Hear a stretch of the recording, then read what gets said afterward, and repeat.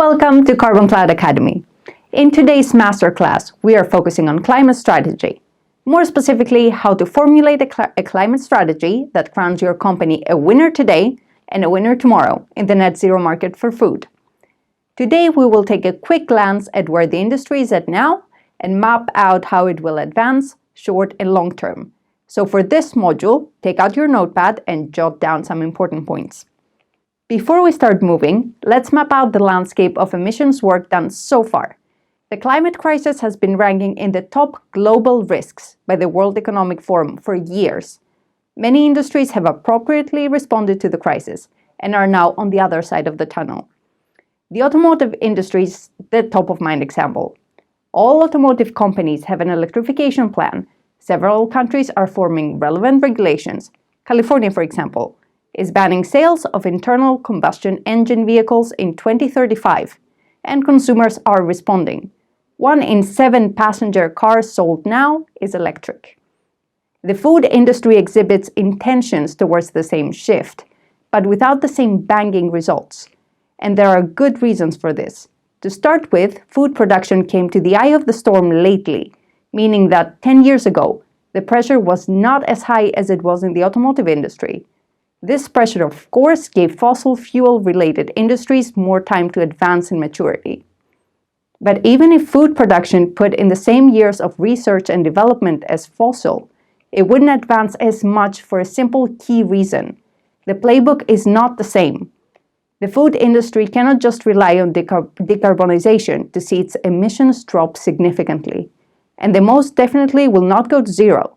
If that intuitively makes sense to you, but you can't explain why, you're right. The reason is the food supply chain. The food supply chain is quite literally ancient. Throughout hundreds of years of development, food supply chains have become deep, complex, and notoriously difficult to trace to the deep end. The fact that the majority of emissions from food is at the deepest end of the supply chain doesn't help the quest. This leaves food producers that want to trace and reduce the emissions of their products with a black box. To add to that, the climate impact of food is far less static than other goods, and the amount of information needed to measure the impact of a simple product is staggering. We're talking tens of thousands of parameters for the simplest supply chains. To put it simply, there is no viable emissions reduction strategy in the food industry with just carbon dioxide and without the supply chain. And emissions reductions are not optional anymore, with the rest of the world and an enviable amount of capital moving swiftly towards reduced emissions. Just to give you a few examples, at COP26, the Glasgow Financial Alliance for Net Zero committed to $130 billion to achieve net zero by 2050. As we covered in the previous module, 35 markets representing over half of the global GDP are making emissions disclosures mandatory. Over 2,000 companies representing over a third of the global market capitalization have committed themselves to reduce their emissions by 2030 or 2050 by setting science-based targets. 69% of Europeans would choose a climate-friendlier food item versus a cheaper option. As you can see, there is a whole low emissions market hitting critical mass, and there are great growth and profit opportunities for the companies that move effectively and move now. As of today, the food industry has been moving, but few companies have successfully combined the needed pace and the effectiveness to lead the race. Observing the market for as many years as Carbon Cloud has been active, we have distilled 3 patterns of response to the climate crisis, which, coincidentally, are the same as responding to any crisis: freeze, flee, and fight. One of these responses is a winner maker, and 2 of them will fizzle out or have already. Let's apply them to the food industry. Food companies that ignore the climate crisis or lack an accurate diagnosis are in freeze mode. These companies tend to be frictionless leaders in the pre-climate crisis times, and have pre-crisis experience to justify the do-nothing approach. However, denying the climate crisis is a very 2008 thing, so very few companies are actually doing nothing. In 2023, this translates to minimum optics and no sense of urgency as the strategy of choice. We can see an example of a freeze response and the 2020's reaction to it from JBS, the largest meat packer in the world. JBS has been linked to deforestation and increasing emissions for years, leading Tesco and Carrefour to boycott their products even after JBS protested their claims. In 2021, JBS prematurely communicated its commitment to science-based targets without an official approval and with a questionable plan for emissions reductions. This action landed the American watchdog, the National Advertising Division, to mark the communication misleading, with JBS appealing but ultimately dropping communication of one of the targets.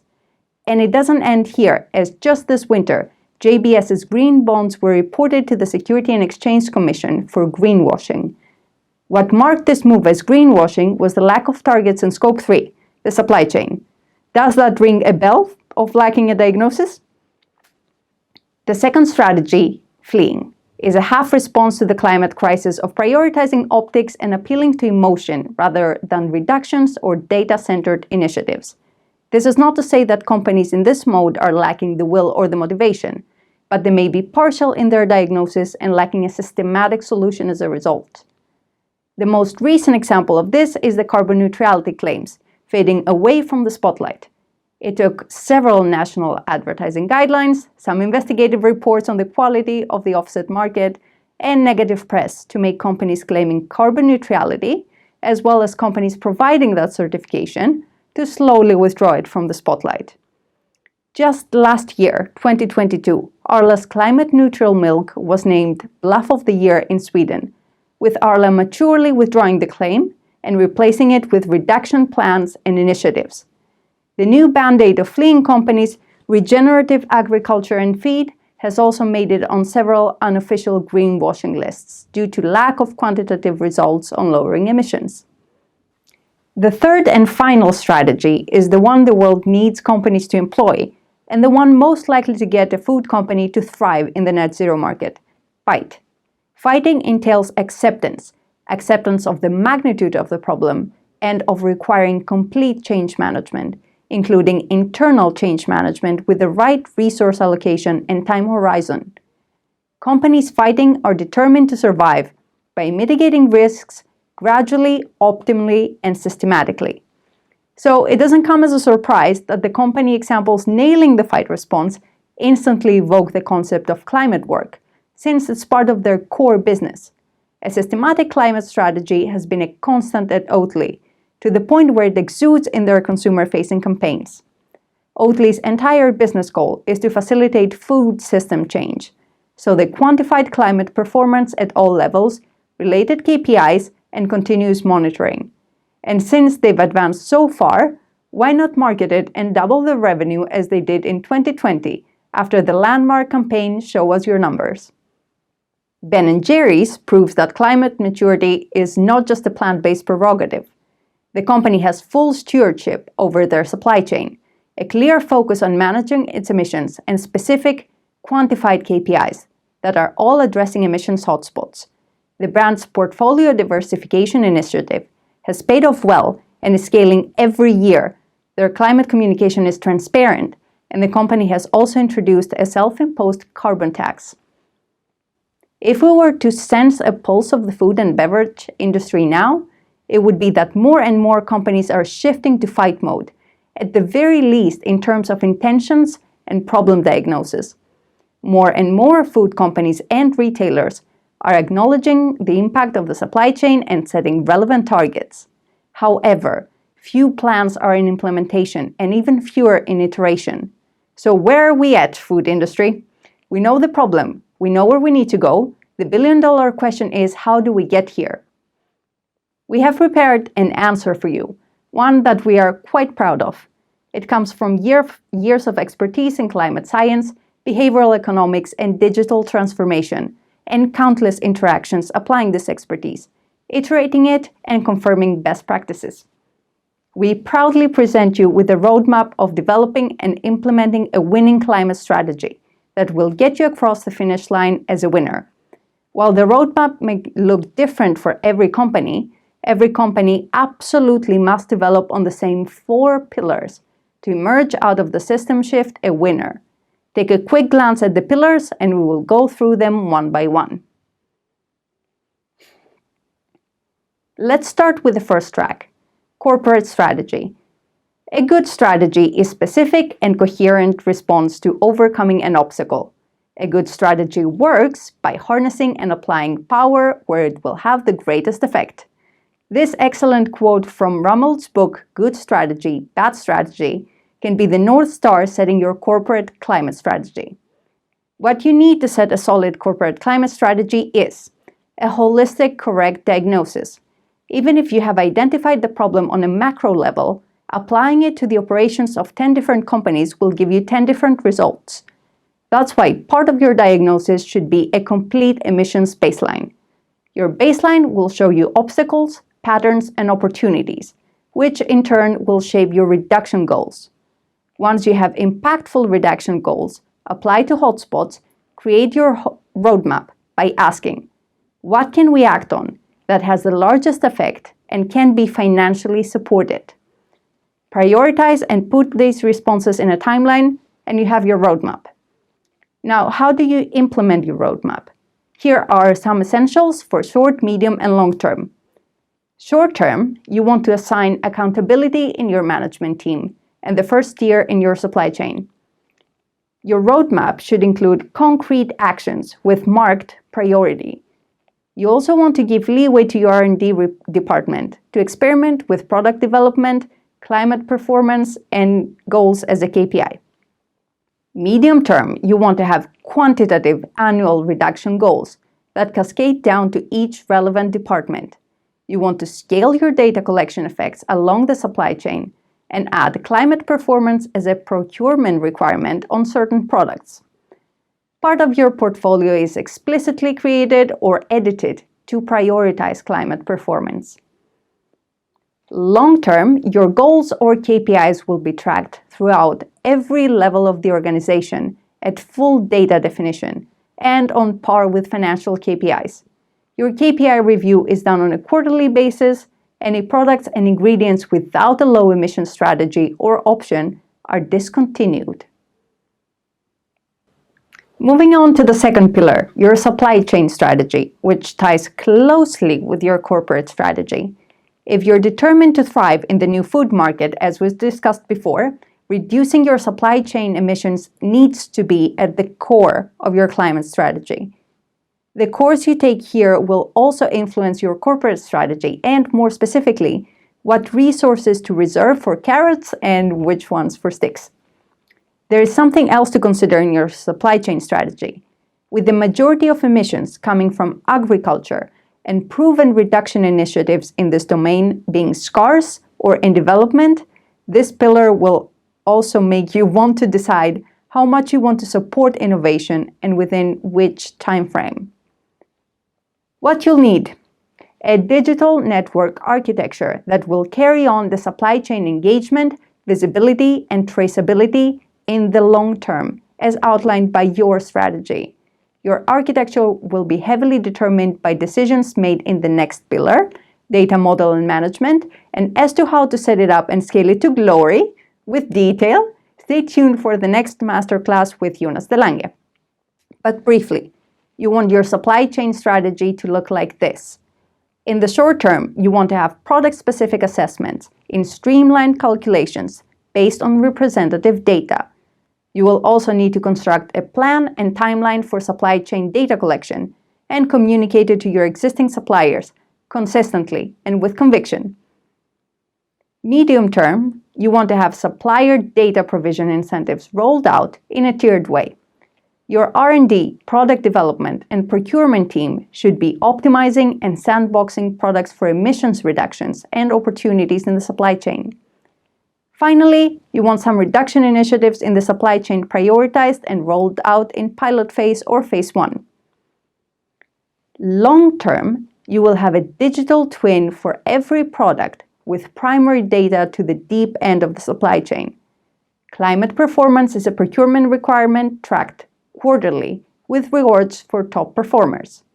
At this stage, the full data definition is business as usual, and your focus is on monitoring reduction initiatives and random emissions data audits. Let's start the third pillar with another quote from the king of wit, Mark Twain. Data is like garbage. You'd better know what you're doing before you collect it. For climate performance in the food industry, this translates to you can have all the primary data in the world or the most detailed emissions data collection plan, but if you don't know what to use it for, it's just number hoarding.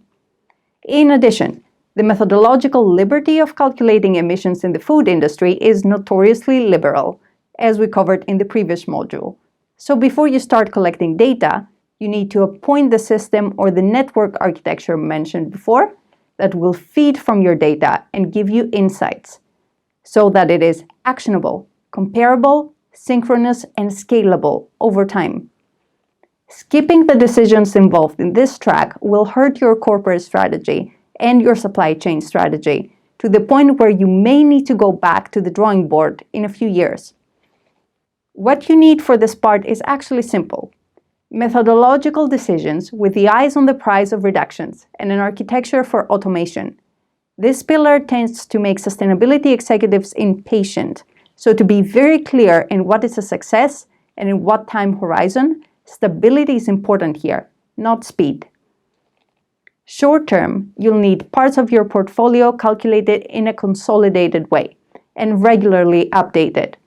By parts of your portfolio, we don't mean some of your products, but all your products at adequate data definition.